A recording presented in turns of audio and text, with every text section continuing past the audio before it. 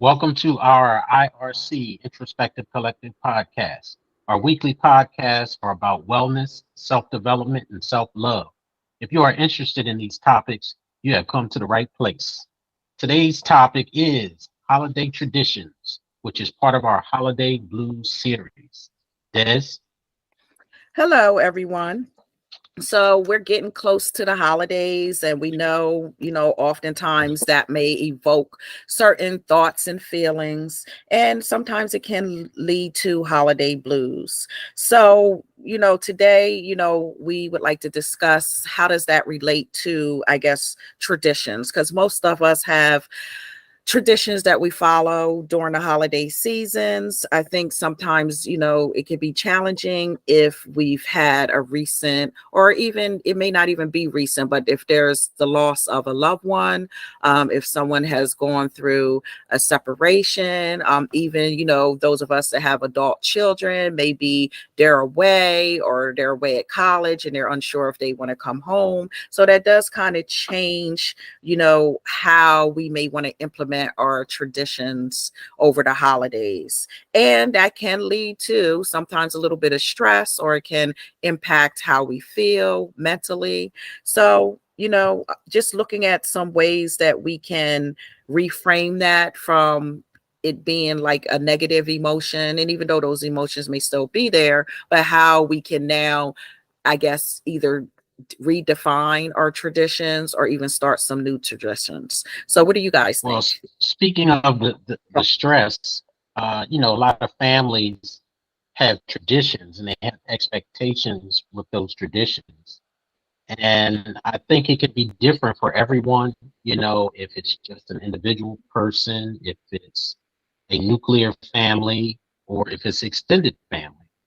I know generationally, sometimes um, parents who become grandparents have expectations of the kids that they all travel and meet at their house. And Yep. children might have to come from, different locations around the country in order to get there. And there's logistics Yep. associated with that, which can be challenging or stressful because the Mm-hmm. kids and or grandkids want to be able to continue with the tradition.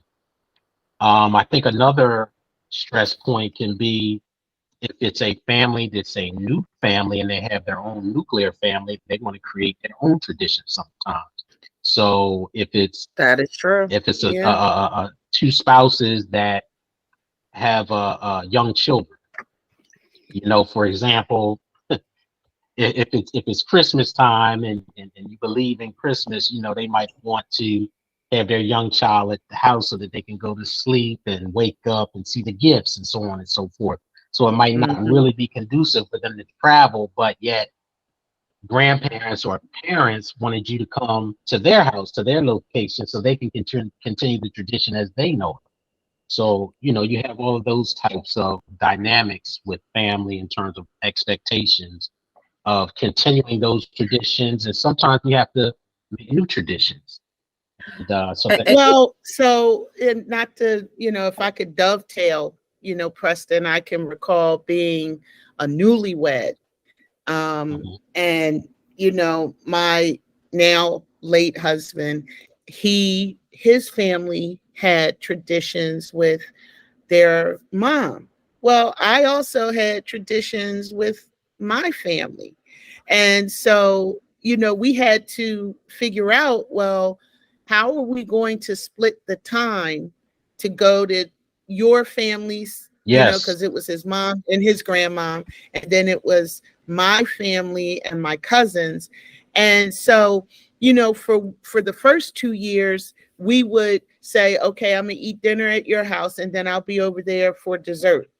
And then it became a little tiring because you never know how the evening rolls out and how you might be really enjoying yourself. And then you got to say, oh, well, we got to leave and go somewhere else. So right, then, those traditions, and they do matter, but, recognizing the pull on new families when these traditions have been in existence for generations. And then it became, okay, well, we'll eat Thanksgiving at your house and we'll do Christmas at your right, house. And then no matter what configuration we tried, no one was ever satisfied. right. Yeah. And I get that, if you don't mind me Yeah. interjecting.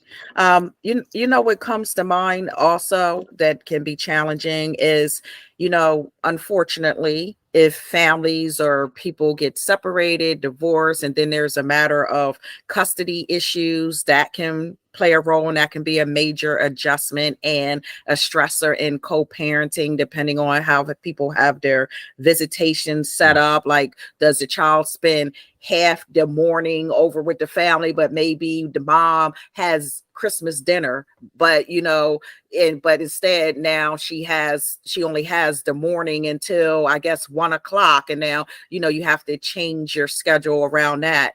And so those are things that impact the parents and the child and the whole family dynamic. So how do people kind of navigate around that in a constructive way to kind of reduce some of the stress around things? And then I was thinking, as the two of you were speaking, is what happens if, say, it's a new relationship and one family celebrates one way, cultural differences, and you celebrate another way. So, how do people learn how to kind of integrate maybe some of those cultural differences in the way they celebrate, so that each person feels like their traditions are valid, and one person doesn't supersede the others and how they would like to celebrate the holidays. So just thinking as you guys were speaking, that I can see how the holidays can create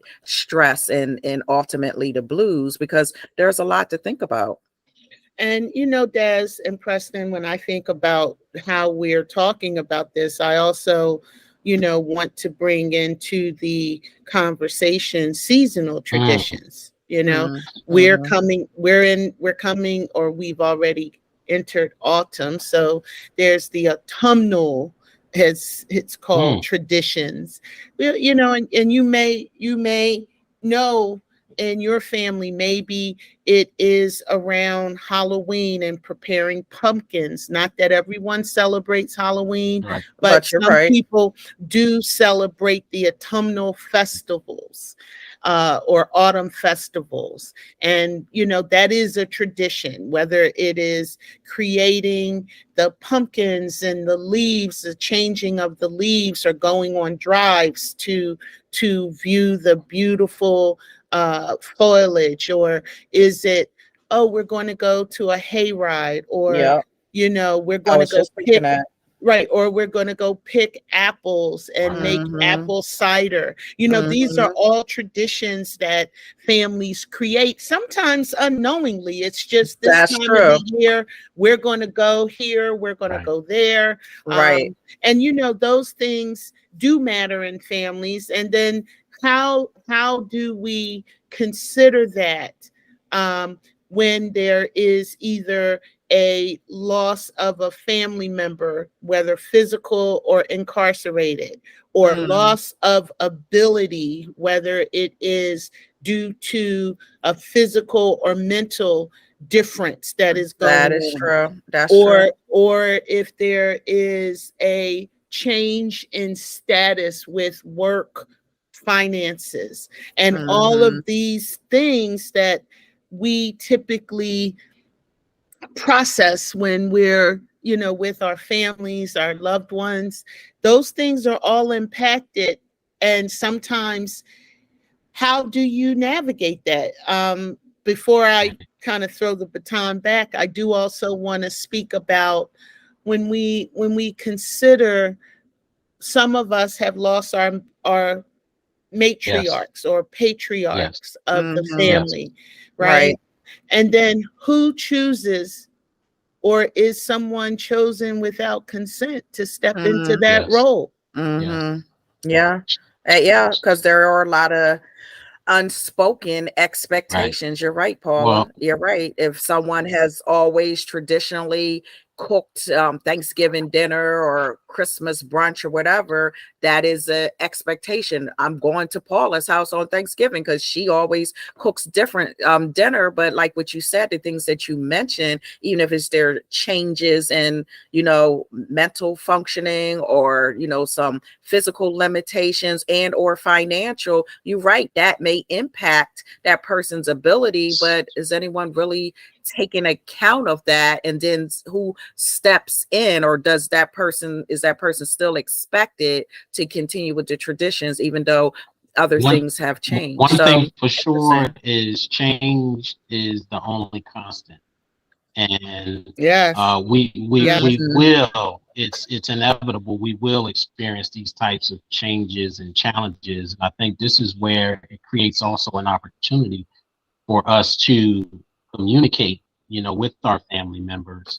And sometimes the communication, is a conflict, but the conflict has to happen in order to make progress, in order to work through some of these challenges. Sometimes they're generational.